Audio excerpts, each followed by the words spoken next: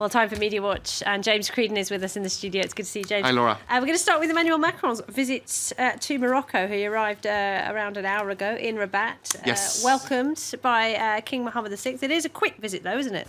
It's just 16 hours, I believe, if maybe even less than that. But one of the issues that has been drawn to his attention, or brought to his attention, is these big demonstrations that have been going on now for 6 months in Morocco, calling for... Region. That's right. Now, it was all sparked by the death of a fishmonger by the name of Mohsin Fikri, and in this region of Rif, the main town being Al Hoceima, a lot of people really feel the government is not investing enough in the region, that there's major economic problems, huge political corruption. So it's a whole range of issues that have kind of come together, being symbolised by the death of this fishmonger. But really, that was only... I suppose what lit a match, if you like, to those concerns that they have, and they have actually spread elsewhere in the country. You can see these were images of tens of thousands of people in the streets of Rabat just a few days ago, and 86 people have been taken into custody. Various people tweeting about that in English as well. Although Moroccan citizens and ministers call for the captive protesters to be released, the list of arrested protesters becomes longer. Now, you're not going to see any mention of that in official newspapers such as Le Matin, which is state-controlled.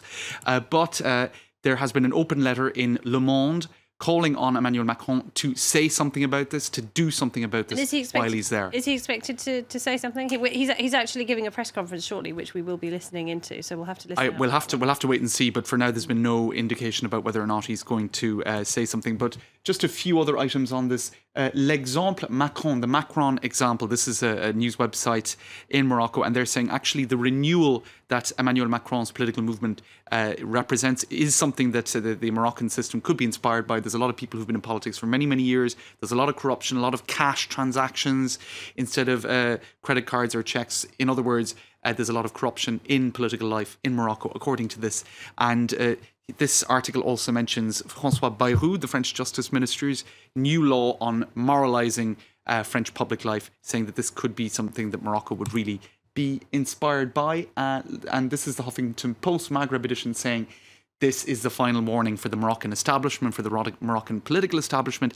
This is going to blow up if the authorities don't deal with all of the unhappiness being expressed by these protesters. Some people have been drawing parallels with Tunisia, haven't they? But we'll have to wait and see. It can be just one issue that really that is the tinderbox, if you like, for. While it's his first visit to the Maghreb region in Northern Africa, will he be going to neighbouring Algeria while he's there? Well, huge rivalry between the two, and if there's one article that I picked out on the Huffington Post Maghreb edition, the top 10 things that Macron needs to be aware of in his visit, they have down as number one: don't irritate Algeria, right? Just over the border. Because traditionally French presidents in their first visit to the region go to Algeria first. He did visit Algeria on the campaign trail, didn't he? That's right. And he was scheduled to visit Morocco, couldn't do it. So he said, look, after I'm elected, that'll be my first stop. This is probably the most famous cartoonist in Algeria's take on it. You can see there a sort of sickly looking Abdelaziz Bouteflika, who is the ailing president of Morocco, saying, oh yeah, he might be walking on water. In other words, Macron is doing so well, but he's walking in the wrong direction. In other words, he's going to neighbouring Morocco and not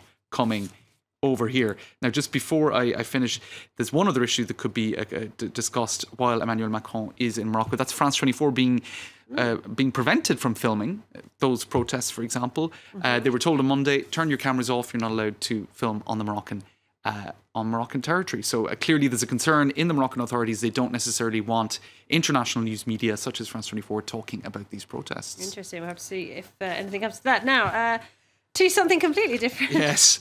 It's called manspreading. Right. This is when men take up too much space on public transport because they tend to sit with their legs quite far apart. That's right. And it's some people are now getting a little bit sick of that. And so this is an article about are we going towards the banning of manspreading, which is what it's been dubbed in Paris region public transport. And various people have been sharing photos, women have been sharing photos saying, look, this is kind of what you're dealing with. Now, I have to say... Is it the men's fault? I think some of the photos really, I mean, I don't know if it's always as bad as it's made out to be, but certainly you have articles... Designed differently, aren't they? Right, exactly. Sometimes men just want to sit a bit more comfortably, I don't know. But it's all about consideration, basic politeness, really, isn't it?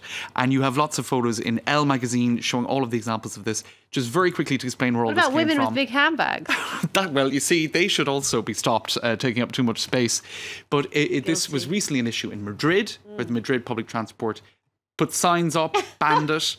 And prior to that, it was an issue in New York, Philadelphia. And there you go. So people just saying, really, you don't need 2 seats. Sit a little bit more respectably. Do. The seats are quite small sometimes. That's true. There are other issues to be considered. Yes, James, always a very nice person to sit next to on the metro. Thank you, James. Respectful. Yes, very respectful, very considerate. James, thank you very much indeed.